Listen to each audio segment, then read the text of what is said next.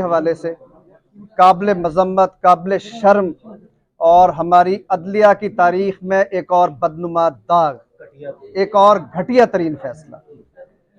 और शर्मनाक बात यह है कि एक आदमी जो उस बेंच की सरबराही कर रहा था, जिसके बारे में खोसा साहब ने, एजाज हसन साहब ने कहा कि आपका व्यू आ चुका, पहले आपको इसमें नहीं बैठना चाहिए, क्योंकि वो एपलेट ज्यूरिस्डिक्शन में सुप्रीम कोर्ट इसको देख रही थी।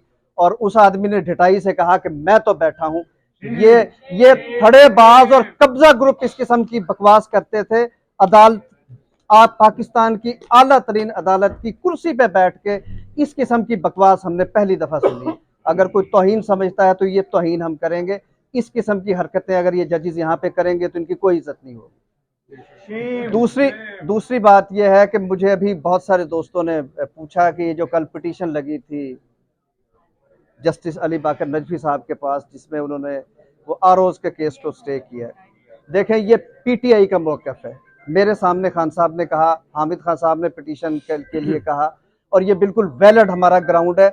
अगर इन्हीं आरोज को रहने दिया जाए तो पंजाब में एक भी आदमी आपका जो पोटेंशियल कैंडिडेट होगा उसको नॉमिनेशन पेपर्स तक नहीं पहुंचने दिया जाएगा। इन्होंने प्लान ये किया हुआ था कि एक भी आदमी ऐसा ना हो जिसके नॉमिनेशन पेपर्स एक्सेप्ट हो, सबको गिरफ्तार कर लिया जाए। तो इस प्लान का, हमने इस ट्रैप का हिस्सा नहीं बनना।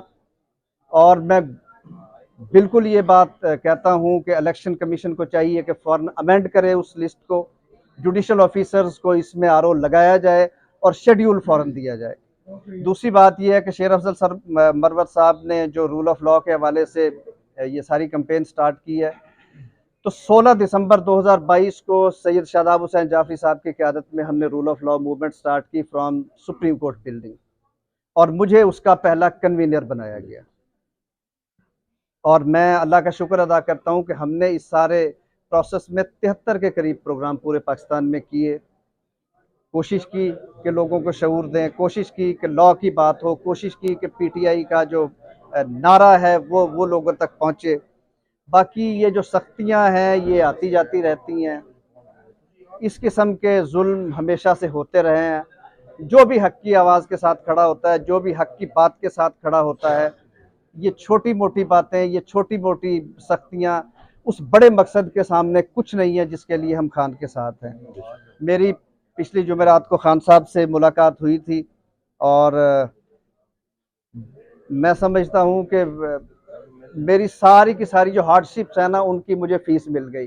खान साहब फिट थे, खान साहब फ्रेश थे, और खान साहब सिर्फ ये बात कहते थे कि डट के रहें, ये एक धक्के की मार है, अब ये दीवार गिरने वाली है, जिसमें गिरती हुई दीवारों को एक धक्का और, गिरती हुई दीवारों को एक धक्का और, अफ्रीका के यारों को एक धक्का और, गिरती हुई दीवारों को एक धक्का और। निजाम बदलो, पाकिस्तान बदलो, निजाम बदलो, पाकिस्तान बदलो, निजाम बदलो, पाकिस्तान बदलो, निजाम बदलो, पाकिस्तान बदलो, निजाम बदलो, पाकिस्तान बदलो, निजाम बदलो, पाकिस्तान बदलो। उनका ये कहना था कि ये कुछ केसेस मेरे ऊपर और बनाएंगे। अब ये बिल्कुल आखिरी इनका आ गया है, ये कुछ नहीं कर पा रहे, ये हेल्पलेस हो गए हैं। ये बात बिल्कुल ठीक है।